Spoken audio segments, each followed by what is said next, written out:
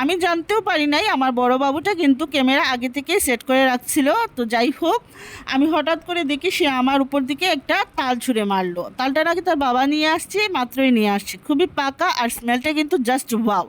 তো তাল দেখে কিন্তু আমার মাথায় একটা বুদ্ধি হলো, কিভাবে আমি খুব তাড়াতাড়ি তালের রস বের করতে পারি সেটা আপনাদের সাথে শেয়ার করব। তো যেমন কথা তেমন কাজ, চলুন দেখে আসি কিভাবে তাড়াতাড়ি তালের রস বের করতে পারি। তো আমি তালটাকে নিয়ে কিচেনে চলে আসছি, যেহেতু ছেলেরা খুবই এক্সাইটেড। তো প্রথমে আমি তালটাকে ভালো করে ধুয়ে নিব, পরিষ্কার করে নিব। তালটাকে ভালো করে ধুয়ে নিয়েছি। এখন তালের যে উপরে একটা অংশ থাকে সেটাকে আমি ছাড়িয়ে নিয়েছি। তো এটা এত নরম যে এটা আর ছুরি দিয়ে বা চামচ দিয়ে করতে হবে না, হাত দিয়ে কিন্তু তালের উপরের যে খোসাটা সেটা আমি ছাড়িয়ে নিব। খুব সহজেই কিন্তু ছাড়ানো যাচ্ছে, কষ্ট হচ্ছে না, কারণ তালটা সত্যিই পাকা। কালারটা দেখে বোঝা যাচ্ছে কিন্তু তালটা পাকা না, কিন্তু তালটা কিন্তু খুব সুন্দর পেকেছে। আর আমি কিন্তু খুব সহজেই হাতের সাহায্যে খোসাগুলো ছাড়িয়ে নিলাম। আর তালটা কিন্তু আমি আবারও ধুয়ে নিয়েছিলাম। তো এখন একটা ছুরি দিয়ে তালের উপরের অংশটাকে কেটে ফেলে দিচ্ছি। এই জায়গাটা একটু শক্ত।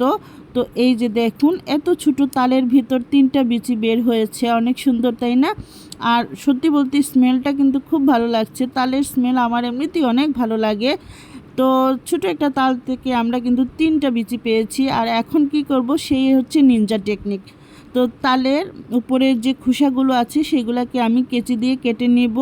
খুব সহজেই কিন্তু এভাবে তালের রস বের করা যায়। আমার কাটতে খুব ভালো লাগছে, মনে হচ্ছে আমি যেন কারো চুল কাটছি।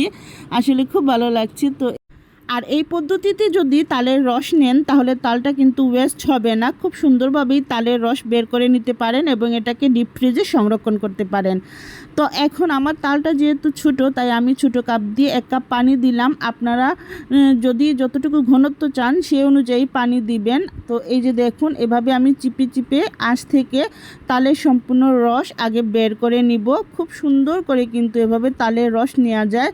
তো এই যে আমি এইভাবে করে চেপে চেপে রস নিয়ে নিলাম। আর এখনও কিন্তু রসের ভিতরে কিছুটা আঁশ আছে। এখন আমি কিন্তু এটাকে ছেঁকে নিব। এটাকে ছেঁকে নিলে দেখবেন এর মধ্যে যে ছোটোখাটো আঁশ বাকি আছে সেগুলোও কিন্তু আর থাকবে না। এই পদ্ধতিতে তালের রস নিয়ে আপনারা বছর খানেক এই তালের রস সংরক্ষণ করতে পারেন। আশা করি আজকের ভিডিও সবার কাছে ভালো লেগেছে। ভালো লাগলে সবাই লাইক কমেন্ট শেয়ার করে দিবেন। সবাই ভালো থাকবেন। আল্লাহ হাফিজ।